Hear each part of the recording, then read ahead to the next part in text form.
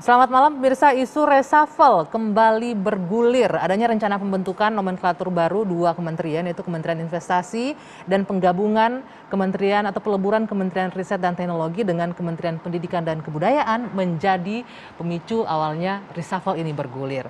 Namun pertanyaan yang kemudian muncul pemirsa, apakah dengan reshuffle ini akan bisa meningkatkan kinerja kementerian nantinya? Atau justru reshuffle ini menjadi pintu untuk dimulainya atau pintu terbukanya bagi-bagi kursi dan kekuasaan. Ini yang akan kita bahas malam hari ini, drama reshuffle di dua sisi bersama saya Dwi Anggia.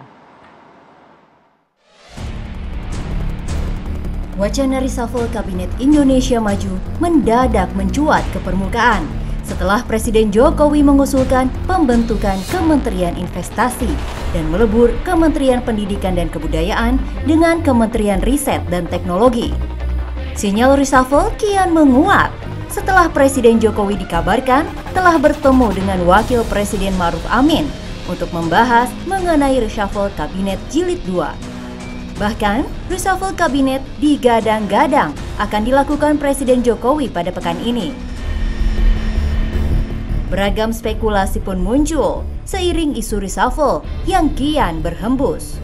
Sederet menteri dikabarkan akan di-reshuffle oleh Presiden Jokowi.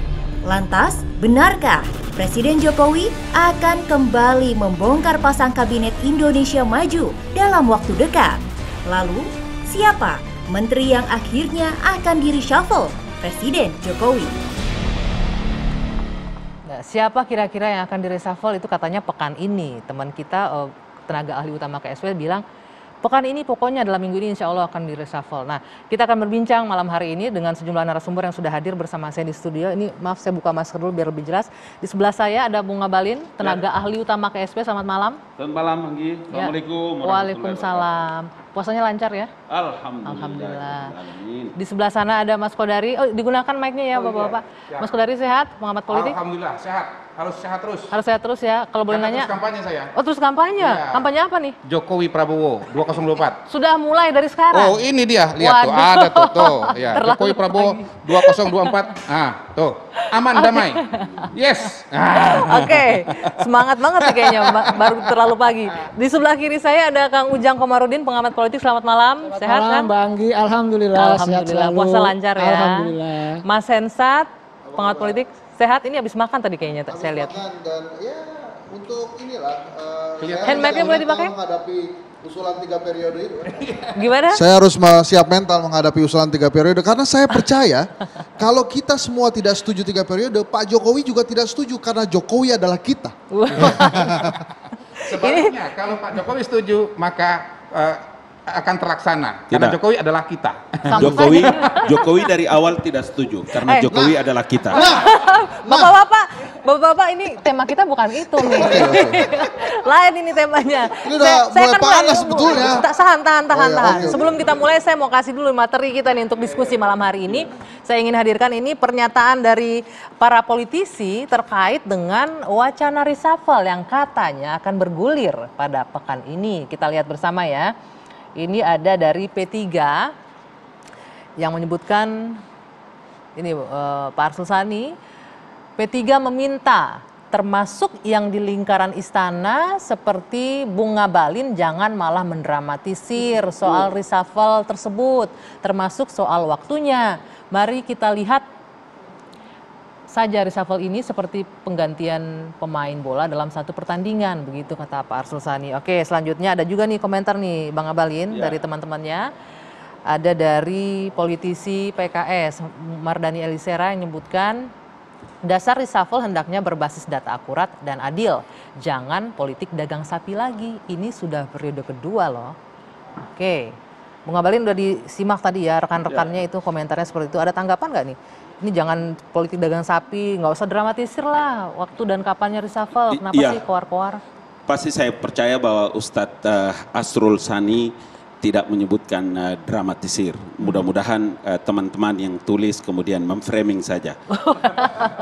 Karena yang saya kemukakan itu sama sekali bukan sebuah skenario dramatisir atau main sandiwara, tidak. Tapi itu adalah sebuah fakta yang mau dan tidak mau saya harus menjelaskan kepada publik ketika teman-teman, staf, pegawai dari Kemenristek, bekas Kemenristek itu, kemudian teman-teman dari Kemendikbud juga, ada beberapa wartawan yang setiap hari juga bertanya kepada saya dan saya kira itu wajib hukumnya dari kantor staf presiden, kami harus menjawab itu.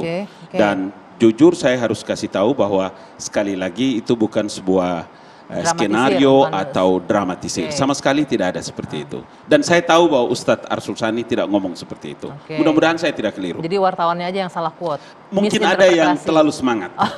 Terlalu semangat. Oke. Nah, tadi yang disebutkan Pak Mardhani, jangan jadi politik dagang sapi. Ini reshuffle udah periode kedua loh. Kalau politisi masih menyebutkan politik dagang sapi, berhenti dari politik. Karena politik itu tidak pernah salah dan tidak pernah gagal. Dan pantang bagi seorang politisi mengemukakan ada politik dagang sapi. Ente memang tidak main. Iya, itu sebuah statement yang sesungguhnya membodohi publik. Sebetulnya. Membodohi publik nggak sih Bang Hensat? Kalau dilihat politik dagang sapi itu kayaknya kalau reshuffle pasti selalu bersinggungan dengan itu. Bagi-bagi kekuasaan. Sebetulnya Mbak Anggi, Bang Abalin, itu kan ada statement harapan lah. Supaya reshuffle ini dilakukan dengan baik dan benar. Saya sih yakin Pak Jokowi kalau melakukan reshuffle lagi, ini memang semata-mata untuk legacy dia yang lebih baik.